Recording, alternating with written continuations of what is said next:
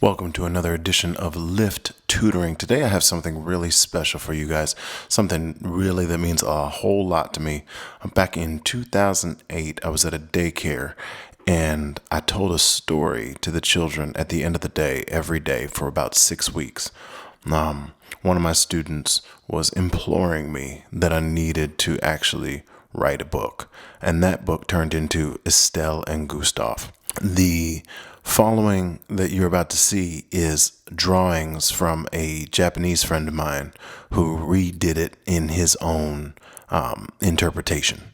So I hope you enjoy the very first exclusive reading online anywhere of Estelle and Gustoff. Come one, come all, to a world not far off. This is the story of Estelle and Gustoff. Gustoff was a prince, just a little bit off. Some even said he was a little bit soft. He had dreams in his mind of a maiden so fair, so pure, so gentle, with lovely long hair.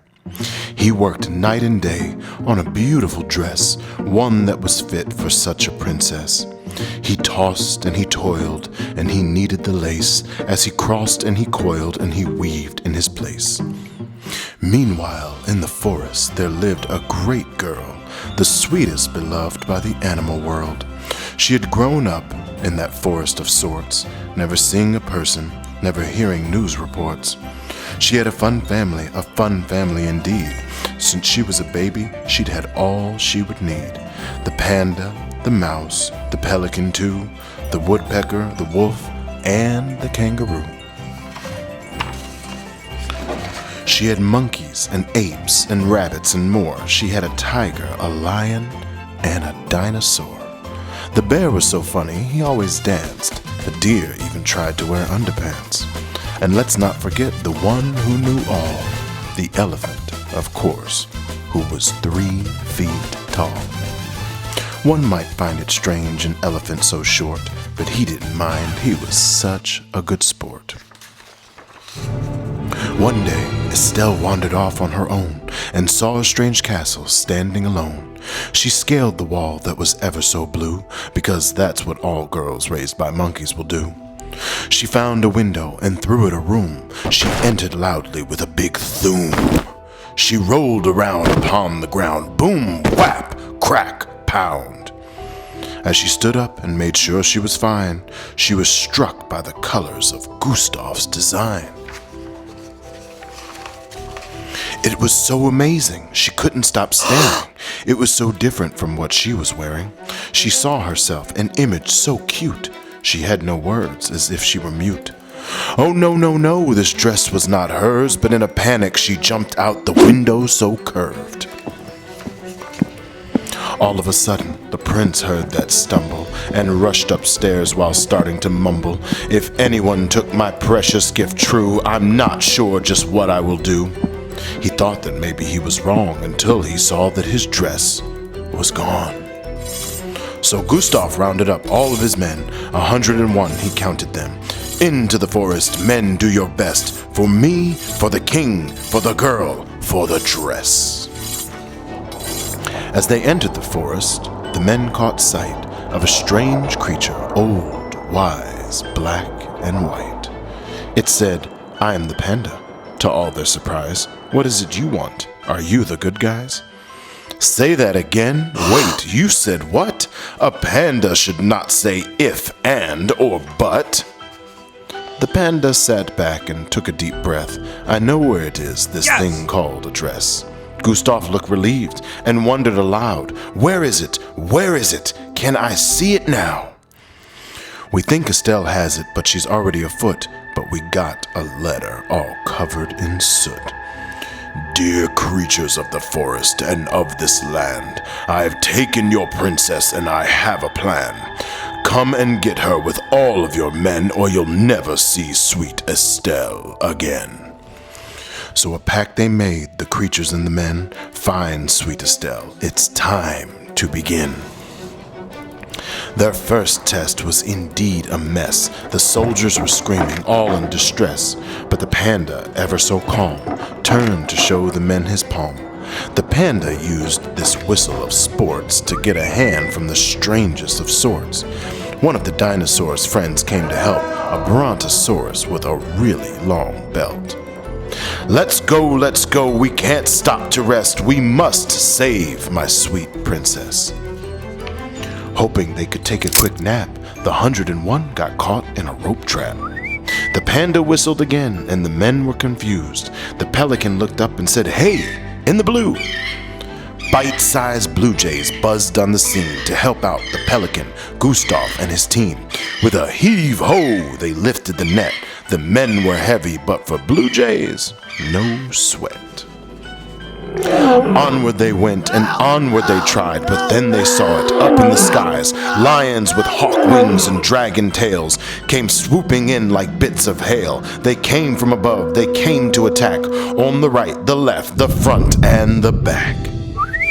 The panda's new whistle called out to the sea, and out of it came the largest animal that starts with E.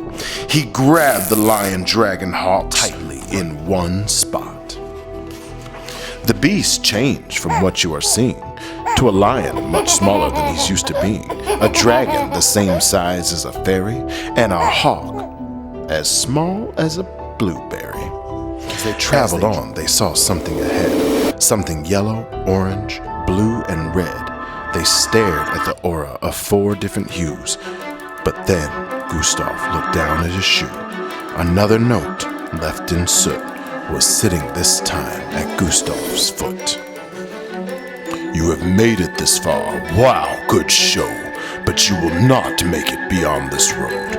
Do you think that you can best all 4 seasons? Be my guest. I shall save Estelle because she is my sweet. I will battle winds cold and heat. Let's go, we can't stop to rest. We must save my sweet princess. They then came to a place ever so bright, which blinded their eyes in new day's light. A man-eating plant came into sight, to which they said, "This can't be right." The panda thought quick. With his eyes shut tight, he pulled out his whistle, ever so light. In then fluttered hummingbirds, so crystal clear as humming words.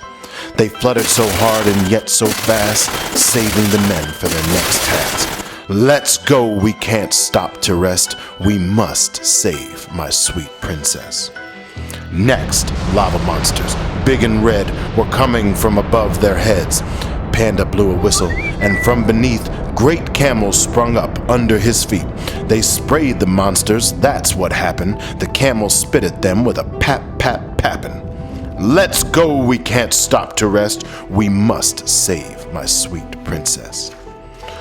Onward they went to their next test. No longer were the soldiers distressed. A big leaf creature, a bug so mean, he did not even want to be seen. Go home, go back, oh wait, I forgot. In this 3rd test you will surely rot. The elephant pushed with a big, big blam.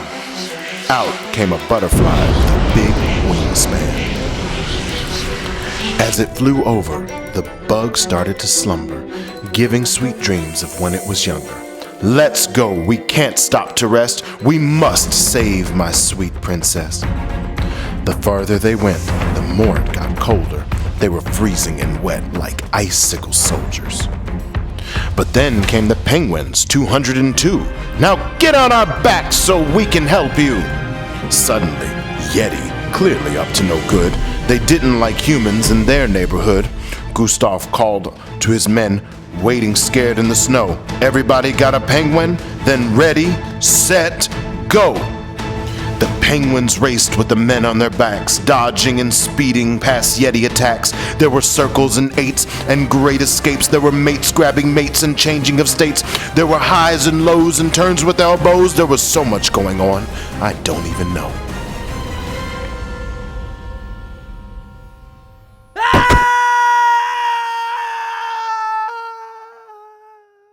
When Gustoff looked up, he was alone, but for one. It was Estelle, his love, his one shining sun. He called out, "Estelle, can it be true? I'm Gustoff, and I'm here to save you." He heard a deep laugh.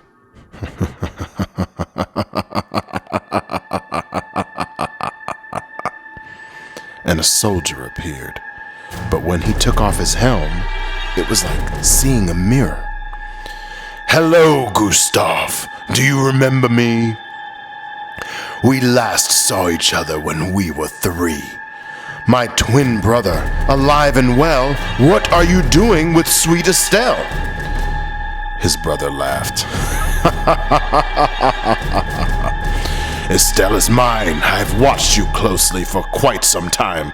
The romance you put in this dress is in fact mine for the taking. You'll never get her back. My dragon's outside fighting your friends, taking them straight to their fiery end." Gustoff then remembered the panda's old wisdom. Always remember that you can beat him.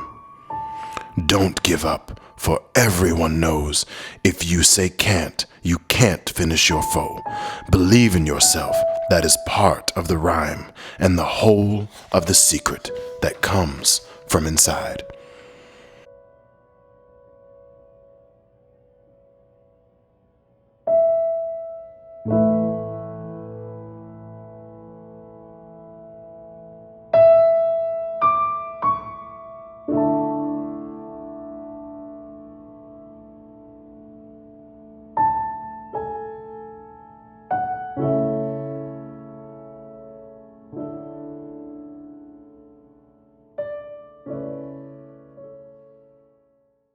At once, Gustoff lunged with his sword so swift, he cut out Estelle and quickly did lift her into the air, and up he did run on the walls of the cave and in to the sun.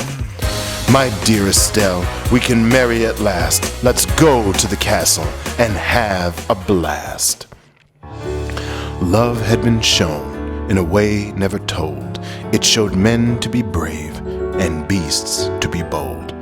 So before you close this book, before you turn your brain off, remember the story of Estelle and Gustoff.